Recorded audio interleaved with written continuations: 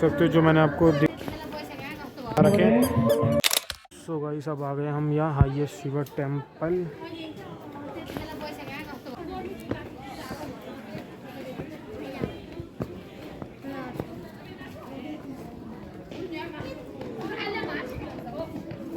तो हम आ गए हैं हाईएस्ट शिव टेम्पल। ये पीस पगोड़ा से ऊपर ही पड़ता है। मेरे को उसकी लोकेशन नहीं पता और नाम मेरे को पता नहीं है, बस इसको यही कहते हैं हाईएस्ट शिव टेम्पल। तो यहाँ पे आ तो गए हैं, ऊपर चलते हैं, आपको भी दिखाते हैं। यहाँ पे ये स्टेयर्स चढ़ के जाना पड़ेगा भाई, उस साइड है वो। एक तो भाई यहाँ पे गर्मी बहुत ज़्यादा हो रही है, पसीने आ रहे हैं और एक तो बहुत चलना पड़ रहा है यहाँ पे। अगर आपको चलने में प्रॉब्लम है तो आपको बहुत डिफ़िकल्टी फेस करनी पड़ सकती है ऐसी लोकेशंस पे। बाकी व्यू चेक करो, देख सकते हो। और वो सामने पार्क है कुछ, उसमें आप अपनी फ़ोटोज़ वगैरह क्लिक करवा सकते हो। और ये है टेंपल का गेट।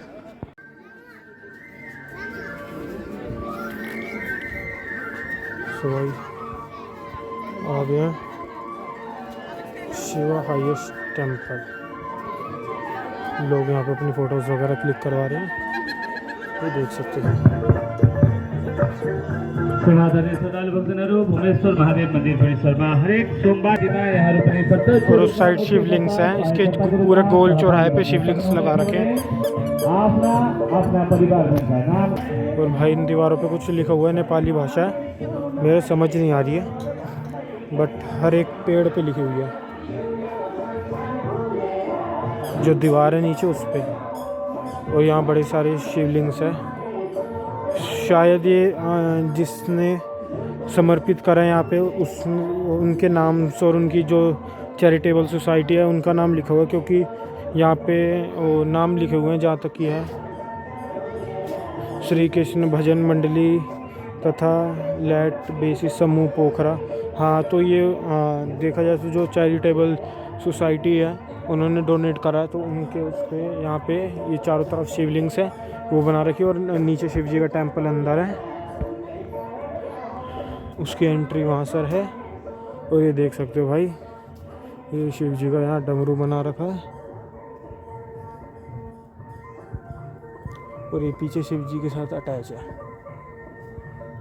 और यहाँ से व्यू आप देख सकते हो, ये पूरा व्यू चेक करो, सामने सिटी।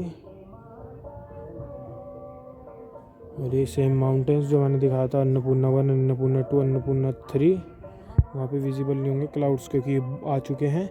और सामने वो था फिश जैली कुछ समथिंग करके। सो इस समय अब ये विजिबल होना बंद हो जाएंगे क्योंकि शाम का टाइम हो गया, क्लाउड्स आ रहे हैं, शुरू हो गए हैं। और ये सुबह सुबह एकदम विजिबल दिखते हैं। और ये बाकी वही है नीचे पैवल लेक जो मैंने आपको दिखाई थी। ये पूरी लेक फैली हुई है, बट उसका जो आधा सरफेस पार्ट है वो सूख चुका है, तो वहाँ पे मट्टी मट्टी है, सैंड वगैरह। और बाकी देख सकते हो, और साइड में गणेश जी भी घूम रहे हैं, चक्कर लगा रहे हैं। वहाँ पे वो ऑटोमेटिकली सिस्टम लगा रखा है।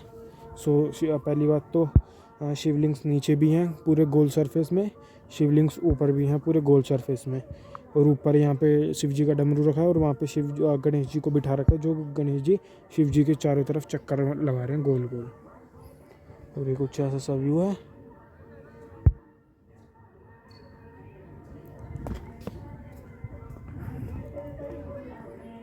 ऐसा शायद हरिद्वार में भी है ऐसा सेम, जहाँ पे शिव जी बना रखे हैं।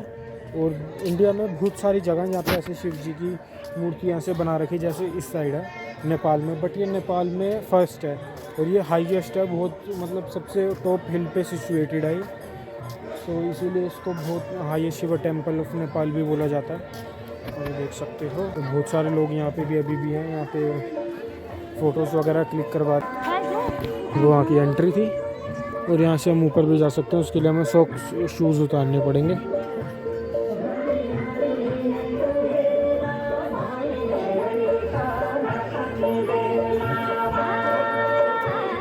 और ये एक और शिवलिंग,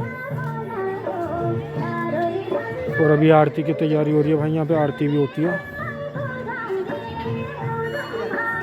सकते हो जो मैंने आपको दिखाया था, गणेश जी चक्कर लगा रहे हैं, पहले वो पीछे की साइड थे, अब वो यहाँ पे आ चुके हैं। यहाँ पे ऑटोमेटिक रोलर लगे हुए हैं जिसके ऊपर वो बार बार घूमे जा रहे हैं। सो आइए Shiva temple of Nepal. So guys यहाँ पे और कुछ तो है नहीं, अब यहाँ का जो लोकेशन बच रही है, एक वो स्तूपा बच रहा है, मैं उसका नाम बोल रहा हूँ, पीस पगोड़ा, वो बच रहा। बाकी से सारी लोकेशन हमने यहाँ की कंप्लीट कर ली है अपने नेपाल ट्रिप में। बस हमने 2 लोकेशन छोड़ी है, एक मस्टैंग और एक गांद्रुक, क्योंकि वहाँ पे जाने के लिए हमें चाहिए परमिट और उसके लिए चाहिए पूरा टाइम। कम से कम अगर अब हमें मस्टैंग और गांद्रुक एक्सप्लोर करना है तो उसके लिए मैक्सिमम हमारे पास 5 डेज़ होने चाहिए। और 5 डेज़ बाकी काठमांडू, पोखरा, पूरा नेपाल वगैरह एक्सप्लोर करने के लिए। तो ऑन एन एवरेज अगर ये पूरी ट्रिप प्लान करी जाए तो इसमें कम से कम हमें 15 डेज़ चाहिए नेपाल एक्सप्लोर करने के लिए। उसके अंदर भी अगर आपके पास अपनी व्हीकल है या फिर आप यहाँ पे आके व्हीकल रेंट कर रहे हो, तभी आप 15 डेज़ में पूरा नेपाल घूम पाओगे, जिसमें काठमांडू, पोखरा, मस्टैंग, गांद्रुक और जितनी भी फ़ोटोजेनिक प्लेस और वायरल प्लेसेस हैं नेपाल के अंदर, वो सारी एक्सप्लोर कर पाओगे। और बाकी हमने इस बार ही मस्टैंग और गांद्रुक एक्सप्लोर नहीं करा है। सो अगर हम नेक्स्ट टाइम आएंगे, ज़रूर आएंगे और अपने दोस्तों के साथ आएंगे, सो उस समय हम पे व्हीकल भी होगी या फिर हम यहाँ पे व्हीकल आके रेंट करेंगे, तब हम ज़रूर एक्सप्लोर करेंगे। बाकी हमारा इस समय रह रहा है पीस पगोड़ा रह रहा है, हम वहाँ पे भी जाएंगे। और ऑन एन एवरेज अगर हम बताएं तो नेपाल में अगर आप आ रहे हो 15 डेज़ के लिए, तो अभी हम सिर्फ 6 डेज़ नेपाल में हमने एक्सप्लोर करा है, घूमा है, मार्केट, शॉपिंग वगैरह सब चीज़ करी है। सो ऑन एन एवरेज हमारा जितना नेपाल में कॉस्टिंग आई है वो अप्रोक्सीमेटली 60,000 रुपीज़ हमारे लगे हैं, जिसमें फूड हो गया, ट्रैवल हो गया, जितने भी सारे एक्सपेंसेस हैं। क्योंकि हम यहाँ पे अगर किसी टूरिस्ट प्लेस पे जाते हैं तो हमारी फॉरेनर्स में काउंटिंग होती है और हमें टिकट्स भी देनी होती है। और 60,000 सब चीज़ मिला के, मतलब हम फ़्लाइट से आए थे नेपाल, और बाय बस डीटीसी की जो नेपाल भारतीय मैत्री सेवा डीटीसी की वोल्वो सीटर बस चलती है, हम उससे दिल्ली जाएंगे। सो उसमें सब पूरी कॉस्टिंग है। होटल भी हमने 5 स्टार होटल बुक करा था, उसमें booking.com के थ्रू, उसका भी मैं रेफरेंस डाल दूंगा। उसमें भी हमारा सिर्फ ब्रेकफास्ट इंक्लूड था 1 टाइम का, और डिनर के लिए डिनर हमने बाहर करा, तो उसकी हमारी अलग से कॉस्टिंग आई थी। और बाकी यहाँ पे हमने कैब भी ली थी जो पूरी एक जगह एक्सप्लोर करवा रही है, उसकी कॉस्टिंग। तो ऑन एन एवरेज पूरी कॉस्टिंग मिला के हमें 60,000 रुपये इंडियन रुपीज़ में पड़ा। और नेपाली करेंसी में कन्वर्ट करें तो हमें अराउंड 82,000 रुपीज़ हमने नेपाल में एक्सप्लोर घूमने फिरने में बर्बाद तो नहीं, इन्वेस्ट करे थे पूरा घूमने में। उसमें से भी अभी हमारा मस्टैंग और गांद्रुक रह गया। अगर आप बॉयज़ आ रहे हो या फिर कोई अपने कपल्स आ रहा है, तो मैं, अगर कपल आ रहे हो, फैमिली आ रही है, तो मैं सजेस्ट करूँगा आप पूरा प्लान करके आओ, जैसे मैंने पूरा प्लान करके रख रखा था। अगर आप फ्रेंड्स के साथ आ रहे हो तो आप प्लान मत करो। अगर आपके पास अपनी व्हीकल है तो आप ऑन द स्पॉट आ सकते हो, आपको बस परमिट चाहिए। परमिट आप सनोली बॉर्डर्स पे आप अपनी व्हीकल का परमिट लेकर डायरेक्ट नेपाल में एंट्री ले सकते हो। तो बॉयज़ के साथ आ रहे हो तो आप ओबियसली सी बात है, आप बजट में ही ट्रैवल करोगे तो आपको पेमेंट की पैसों की कोई दिक्कत है नहीं। सो बाकी यही था हमारी नेपाल ट्रिप में। सो अभी पीस पगोड़ा रह रहा है, हम पीस पगोड़ा चलते हैं और आपको वो भी एक्सप्लोर करवाते हैं। और बाकी last view of Shiva temple, highest Shiva temple कुछ ऐसा सा है, देख सकते हो भाई, आप भी दर्शन कर सकते हो।